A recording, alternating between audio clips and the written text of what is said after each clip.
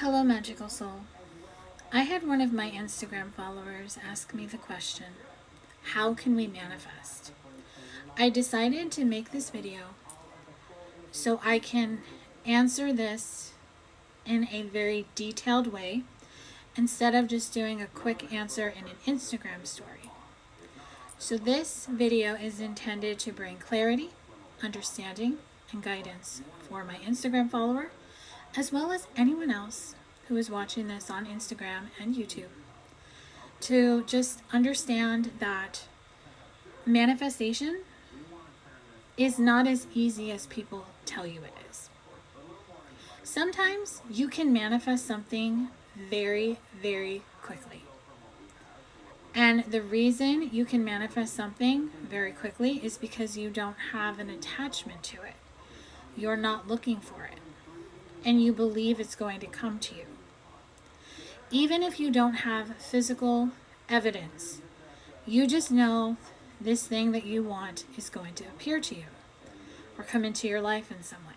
But when you're trying to manifest something major, and when I say major, I just mean like a love relationship or something changing in your career, your job, maybe launching a business.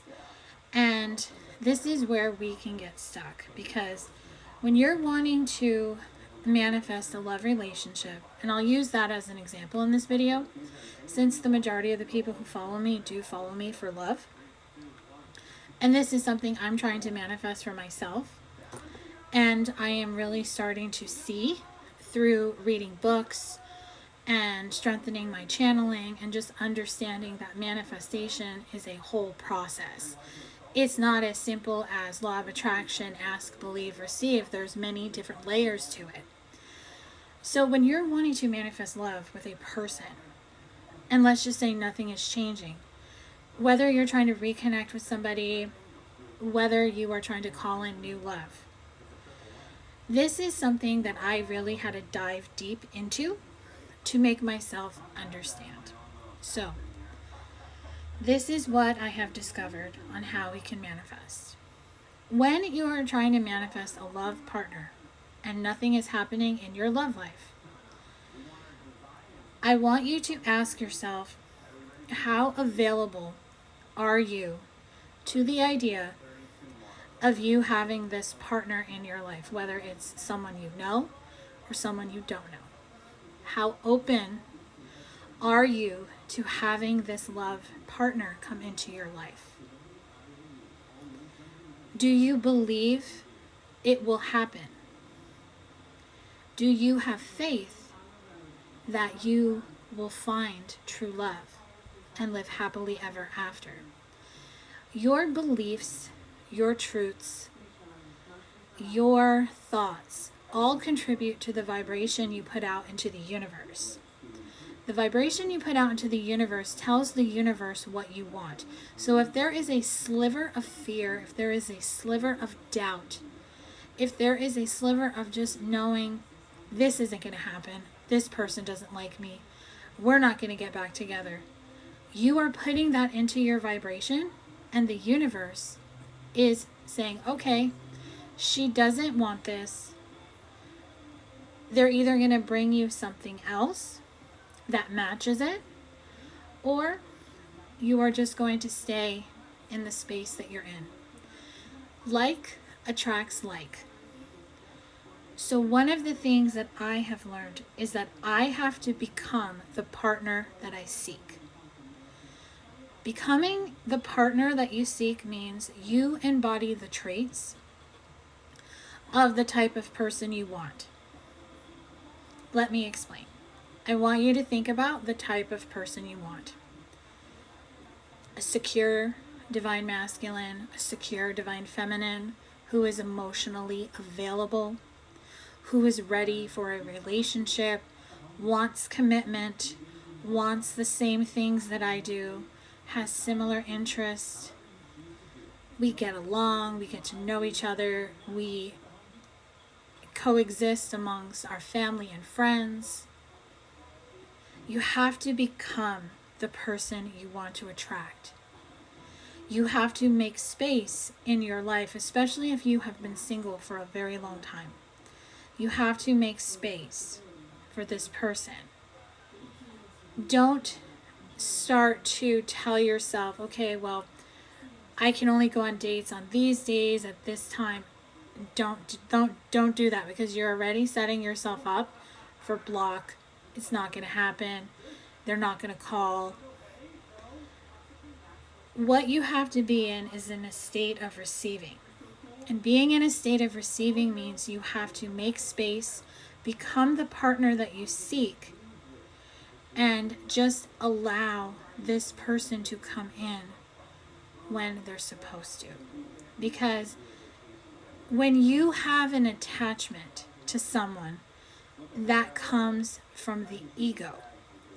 But when you have a connection with someone where it feels easy and just, this is it, that's your soul.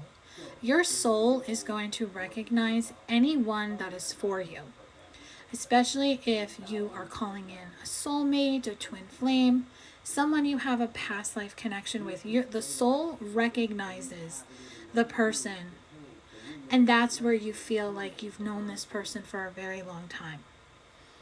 So you don't want to get an attachment to the idea. You don't want to get an attachment to a person, because that brings in codependency. You don't want to have an attachment to the timing, how it's going to happen, when it's going to happen.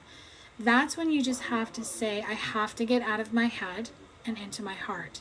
Because your heart is going to tell you what you already know, and your heart is going to help you stay on the straight and narrow path. I have found reading a lot of books helped me understand my past relationships and love connections, brought me peace and closure to a lot of them, especially since the majority of them I don't see anymore. But I was able to find that forgiveness and closure, because at the end of the day, we all want to be loved. We all want to have that special someone.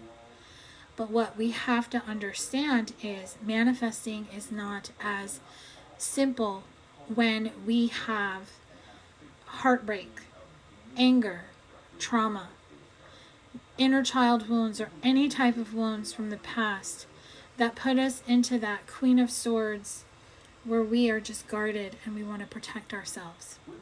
You have to put the guard down. You have to pull the chains off. Get out of the Eight of Swords energy, unbound yourself from this fear, shift into the Eight of Pentacles energy to do the work to reinvent yourself. This will naturally put you into the Eight of Cups energy, where you evolve past it. And when you evolve past it, that's when the Eight of Wands comes in with the energy surge, the communication. You find that you can communicate to the universe on a vibrational match, that you are going to bring in a person that is just like you. And when you are trying to manifest a specific person, don't put your eggs in one basket, because if you and this person that you're trying to manifest are not meant to be together, you are focusing on them alone and you are blocking anyone else from coming in. So when asking for a second chance in love, you could have a second chance with someone from your past. Or this second chance in love is going to show you something from that person that you have been waiting for, and you're going to finally be able to release them to call in a new person. So what I always tell people is, when you're manifesting a specific person, say to the universe, I believe in my heart that this person is for me, but I also am open to who you have for me if they are not for me. Because remember, they have to choose you and be that like attracts like vibrational match to you. So that's why you must embody and encompass the partner that you seek. That is how you can manifest. And you can use this technique with any other area of life, like career, life purpose, changing jobs, starting a business, growing your business, making life decisions, life plans, whatever it is. You have to become the vibrational match. And you have to become what you are looking for. I do hope this has helped. Reach out to me if you want me to touch on this any further. Thank you.